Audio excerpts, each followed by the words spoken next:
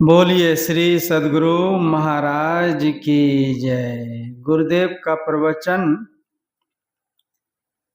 महर्षि में ही सत्संग सुधा सागर से गुरु गोविंद सिंह की महानता। अपने को इंद्रियों से और शरीरों से बिना छुड़ाए केवल बाहर बाहर के भागने से परमात्मा पकड़ा नहीं जा सकता।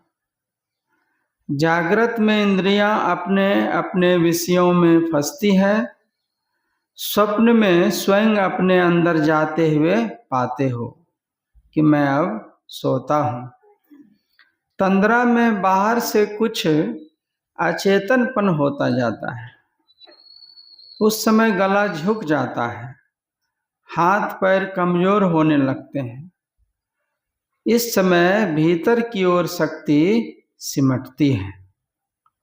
जिह्वा पर मिठाई रहने से भी मीठा मालूम नहीं होता। बहिर्मुख से अंतर्मुख होना, बाहर के विषयों से छूटना होता है। इससे जानने में आता है कि बाहर से भीतर होने पर इंद्रियों का विषयों से छूटना होता है। केवल स्थूल विषयों से ही नहीं, सूक्ष्म विषयों से भी छूटना होता है। इसी को कबीर साहब ने कहा, भक्ति सतो गुर आनी।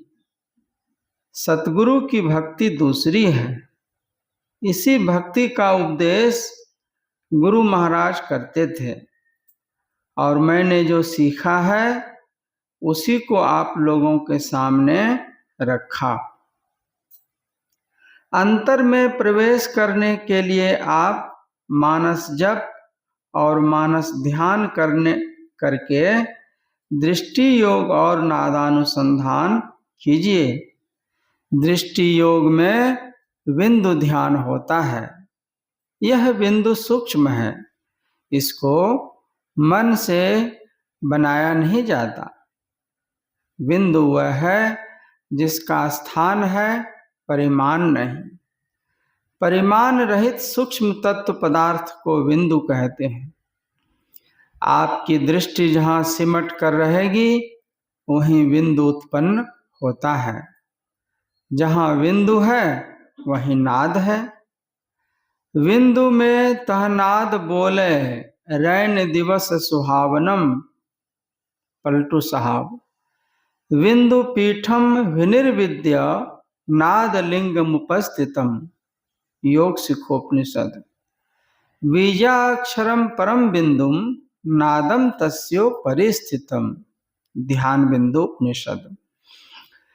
मुसलमान भाइयों के लिए सुन ला मका पे पहुँच के तेरी पुकार है आ रही सदा से सदा यार देखना।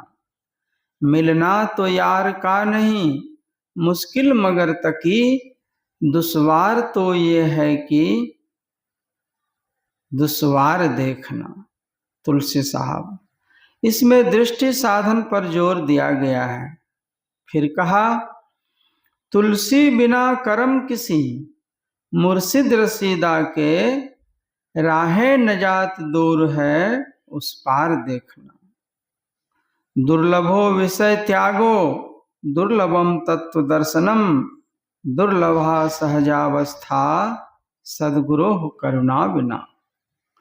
गुरु चाहिए, साधन की युक्ति चाहिए और इसके लिए प्रयास चाहिए। जो इसका अभ्यास करता है वह भक्ति की चरम सीमा तक पहुंचता है। फिर भी किन्हीं का कहना है कि भगवान को गुरु मानकर चलना बहुत उत्तम है। श्री रामचरितमानस में भगवान श्री राम ने परम भक्तिन साधिका सबरी जी के प्रति जो नवधा भक्ति का उपदेश दिया है, उसमें गुरु पद पंकज सेवा तीसरी भगति अमान का कथन करके अंत में सबरी जी को कहा है कि सकल प्रकार भगत दृढ़ तोरे। इससे विदित होता है कि पुरुष और स्त्री दोनों को उपर्युक्त नवधा भक्ति की साधना करनी चाहिए। यह प्रसिद्ध है कि सबरी जी मतंग मुनि की शिष्या थी। श्री मीराबाई का यह शब्द है, मीरा मन मानी सुरत शैल असमानी, जब जब सुरत लगे वा घर की, पल पल नैनन पानी, ज्यों ही पीर तीर समसालत, कसक कसक कसकानी, रैन दिवस मोहि नींद न आवत, भावै अन्न न पानी, ऐसी पीर विरह तन भीतर, जागत रैन बिहानी। ऐसा वैद मिले कोई भेदी, देश विदेश पिछानी, तासों पीर कहों तन केरी, फिर नहीं भरमो खानी। खोजत फिरों भेद वा घर की, कोई नो करत बखानी, रैदास संत मिले मोहि सतगुरु, दीन्हा सुरत सहदानी। मैं मिल जाय पाए पिय अपना, तब मोरी पीर बुझानी, मीरा खाक खलक सिर डारी, मैं अपना घर जानी। यह शब्द श्री मीराबाई जी के गुरु का पता बताता है।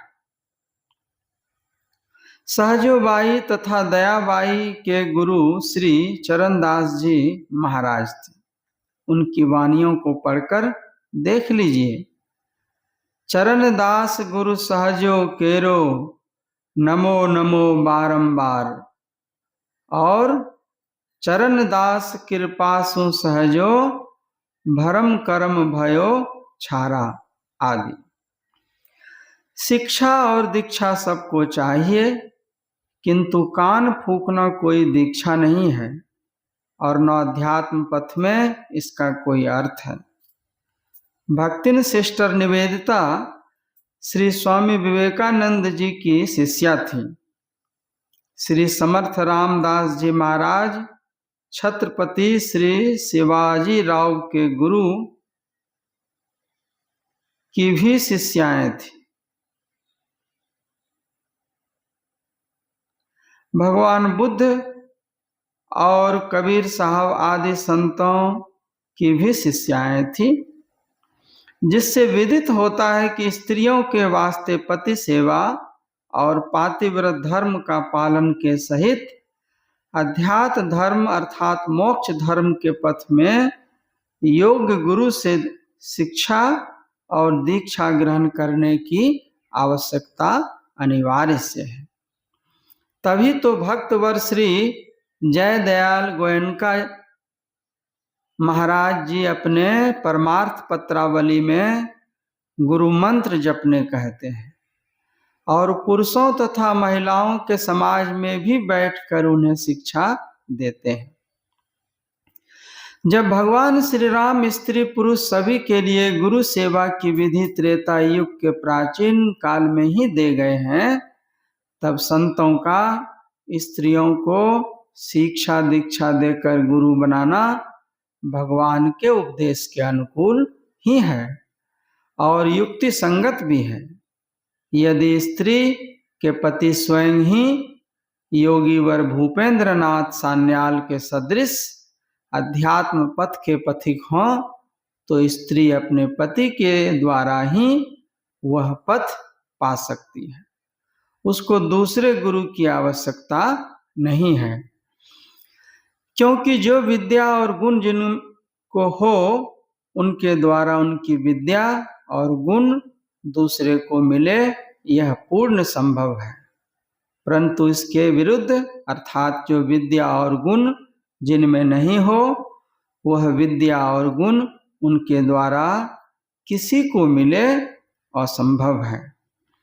पत्नी को पति का गुण स्वभाव पतिव्रता और पतिव्रता का ज्ञान भली भांति अवश्य होता है। तदनुकूल वह अपनी श्रद्धा अवश्य रखेगी। इसके अतिरिक्त किसी दबाव से उसकी श्रद्धा अपने पति में हो, यह संभव नहीं जचता।